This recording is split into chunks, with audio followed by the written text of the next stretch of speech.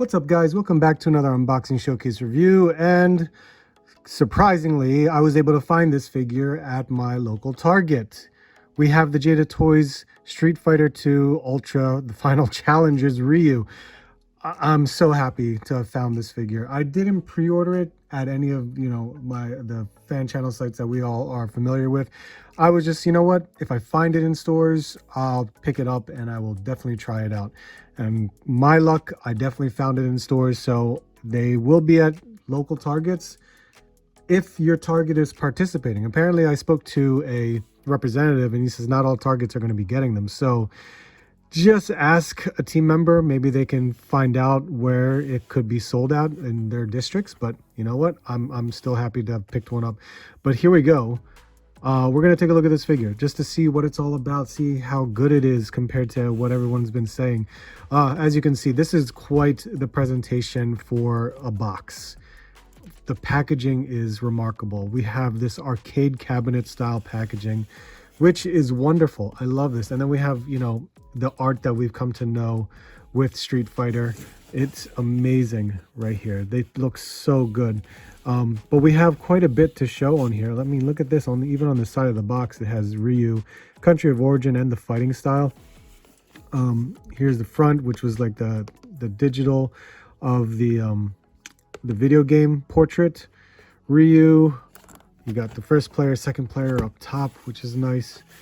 And then on the back is something to look forward to. Couldn't find Fei Long. Someone beat me to it, but I will hope to find Fei Long at some point. And then Chun-Li is who I'm really looking forward to. Definitely can't wait to go pick her up when she becomes available. But here, I mean, check this out. We do have a stamped number here, but it's okay. Look at this. They have like the roster list from the Ultra series. So who knows what Jada Toys might be coming up with. This is really cool. But this is technically my very first Jada Toys purchase. I know we are more familiar with them doing their automobiles and the Universal Monsters. I, for one, am not one to collect Universal Monsters, so of course I skipped out on it. But Street Fighter, hell yes, I will definitely pick up Street Fighter.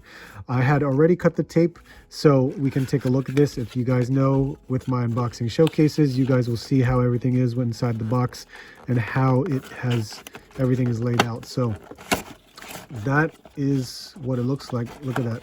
So you do have this layer. I cut the tape so I can just move on and forward with it, but there is that overlay from the plastic shell. And what you can see here, it's nice. Here's the back, the backing board, where it's the stage from one of the video games. So that's pretty cool. But of course here we have figure, alternate head, hands, and the Hadouken fireball. So let's take this out of the package, get a better look at everything.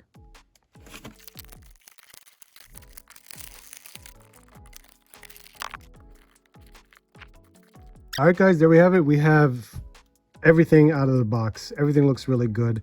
The accessories are pretty cool. It's limited, but you know what? It's okay, because we have enough to go by with what Ryu comes with. I mean, this is Street Fighter. What other accessories can you really want? But at least we have, some of his power effect, where we do have a fireball right here. So the fireball right here actually looks really nice, considering you have the palm effects right there. Inside, you see his hands inside there, which is really cool. You can see that. And here we have the peg hole right there, which of course this belongs to this piece that gets inserted there. And we have a stand. So this effect comes with a flight stand, in which it has two articulating points, in which case you can maneuver around and place that where you see fit. But there is that accessory right there. Of course, we do have an extra pair of hands, which is nice to see this. So we can replicate that Hadouken right there. That's pretty cool. Nicely painted too, so that's pretty cool. And look, there's texture in the gloves right there. That's pretty cool. We do have an extra head which is nice to see. This is more of the grinning teeth, mad head sculpt right there. Paint looks pretty good. It's a little bit off on the little spots here and there, but you know what? That's still okay. We got the eyebrows that go above the bandana. That's pretty cool. But everything looks really nice. It looks very well done, sculpted very nicely. The bandana, the headband, this is very soft. Very soft. It's very good to see that they actually use this type of plastic, so you won't have, I guess, much fear and possible tear or breaking. So this is flexible as anything. That's pretty cool. And then of course with the figure, wow, this figure is sculpted so nicely, and where you can see the articulation points, I'm very, very impressed with it. So very happy to see what we got here aesthetically. It looks really good. That same plastic with the bandana, same thing here. It's very flexible, and this same plastic material is the same here. Look at how I can really fold this up. It is good. This is what like capes should be made out of. If you're gonna use plastic for capes, this is how it should be made, because that's amazing with how durable this plastic is for the gi. It's really nice, and luckily the paint matches with this and the pants, so looks really, really good. But we do have quite a bit with the paint and sculpt on this figure. The skin tone, everything matches, which is awesome. Everything looks really good. Even the shading tones, there's very little of it, but you can tell and you can see that kind of wash that it has in the musculature. It looks really good. The paint on the red gloves, unfortunately, it does bleed out. You see that it wasn't lined up very nicely, but I can deal without that. It's not that bad. It's not that big of a deal to me, but you can see where it's just kind of splotched over. So that's one thing about the paint, but at least, you know, something like that really isn't affected in the face, because it looks like the face was done very well. So the red on the bandana and the hair, it all lines up properly on this head sculpt, so that looks really good. We got some darker tones in the lips as well, so that actually helps bring out more of the facial features. So that looks really good. There's even some print on this, on his belt, so that looks really good. And it's the same flexibility, the same plastic for this belt too. And we're going to take this off so we can see how it would look without it. But you can see here also in the paint, even in the gi, you can see like there's some dirtiness to it. There's definitely some darker tones all throughout. And I love how the belt that's wrapped around here, you can see like the stress lines in the fabric, the fake fabric, so to speak, in the clothing. So it's all sculpted in, and it looks really good. That sculpt is awesome, especially for something so flexible. And then of course with the pants, it's got that pattern going on that's the same on the gi too. So you can see that ribbedness right there. That I made up a word, right? Ribbedness. But look at that. You can see the dirt too. There's some discoloration in there too. So it looks really good. Very, very nice. And you can see the sculpted lines too in the fabric. And skin tone still matches the same as well. So that's really awesome. Really, really awesome. But let's quickly go over some. Well, you know what? Since we're still going over this stuff, this comes off here. So that's pretty good, and I'm assuming it's gonna pop on oh wow, it pops on very nicely. That's really good.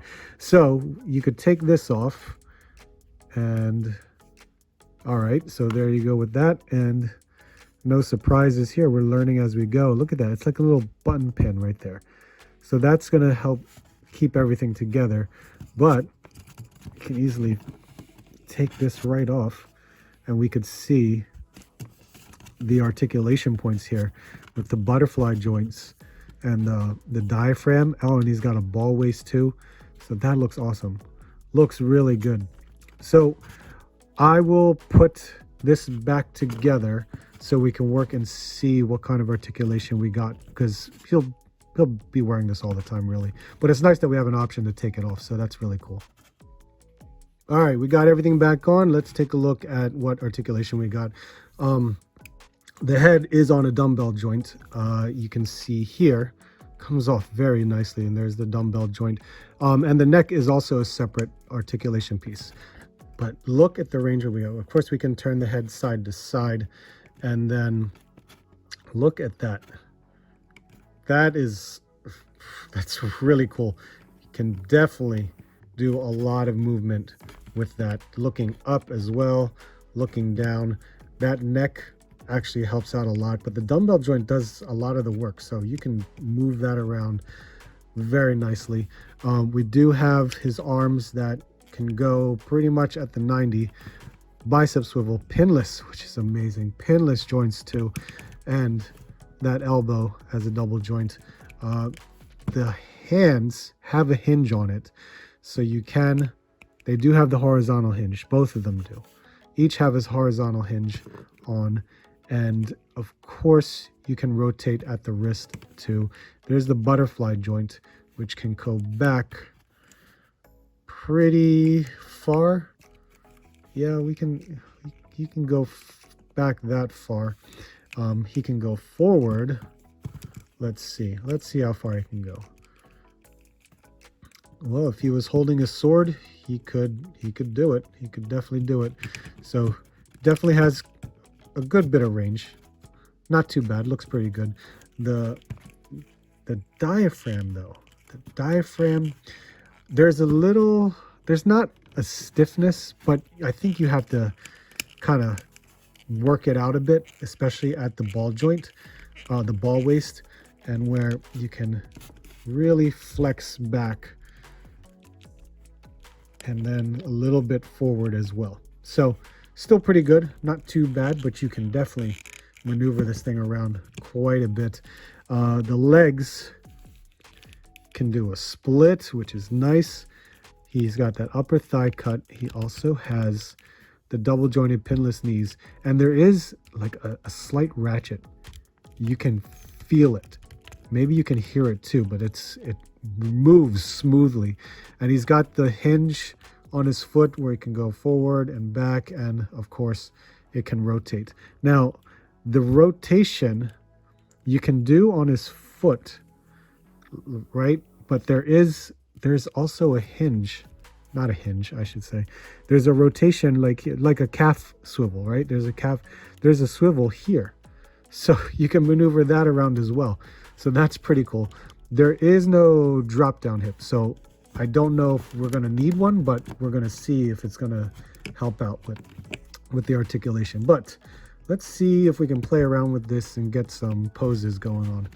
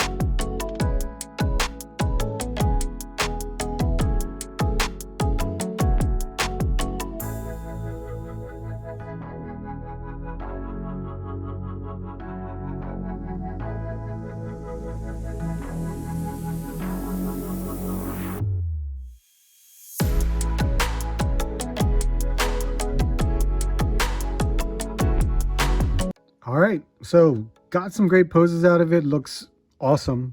It's very, very well articulated. You can definitely do some great things with this figure. Getting into some of the, more iconic stances is actually pretty cool. I actually enjoyed it very much. Now, in regards to, scale, I mean, I believe he's right at the 6-inch. Yeah, he is at the 6-inch mark. So he is right there with, your typical Marvel Legends, I guess you could say, considering he's gonna be mostly with Marvel Legends, at least for my collection. But in comparison, let's see how much of a difference he is, because here's the newer body for Marvel Legends. Here's Vulcan. Vulcan definitely much taller by at least half an inch. You could see that right there. When it comes to female figures, even with the newer body, they're right at the 6-inch mark. So can't wait to get the Chun-Li figure. I definitely can't wait to see how that's going to turn out. But then also with larger bodies with Marvel Legends, I mean, here's Venom. He's definitely going to tower over because Ryu is practically just at the shoulder or the neck of Venom right there. And even with, if you wanted to, if you want your typical G.I. Joe classified, here is a Crimson Guard right there. Definitely taller, probably about like 6.5 inches right there. So there's your Crimson Guard. But yeah, definitely a lot of fun with this figure when it comes to all of the poses that you can do with it. You know what? I have one more comparison. So here is how he fares with some Storm Collectibles, because we have the San Diego Comic-Con exclusive Ryu, and we have Chun-Li here, which I absolutely love this Chun-Li figure. They're definitely bigger. Storm Collectibles is always on the larger end. They're more, I call them more on the 7-inch scale.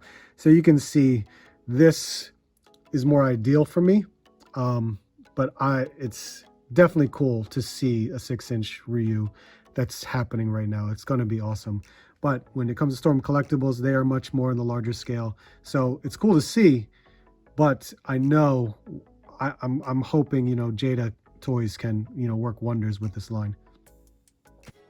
All right, guys, there you have it. There is my unboxing showcase review of the Jada Toys Street Fighter Ryu figure. I am very happy with it. Very, very happy with it. It's an awesome figure. I hope you guys can definitely get one. If you do have one, let me know what you guys think. This is a great figure. I absolutely love it. It's so much fun to play with. He's basically like a pocket figure to me. I can pick him up and play with it all the time and just create some really cool poses if I wanted to. It's so much fun to play with. But let me know what you guys think. I would greatly appreciate it. Thank you so much for watching. As always, hit that like, comment, and subscribe. On our way to 4,500 subscribers, which will be awesome to make by June. So if you guys could help me out in doing that, I would greatly appreciate it. But guys, thank you so much for watching. As always, hope to see you soon, and I hope to see you on the next hunt.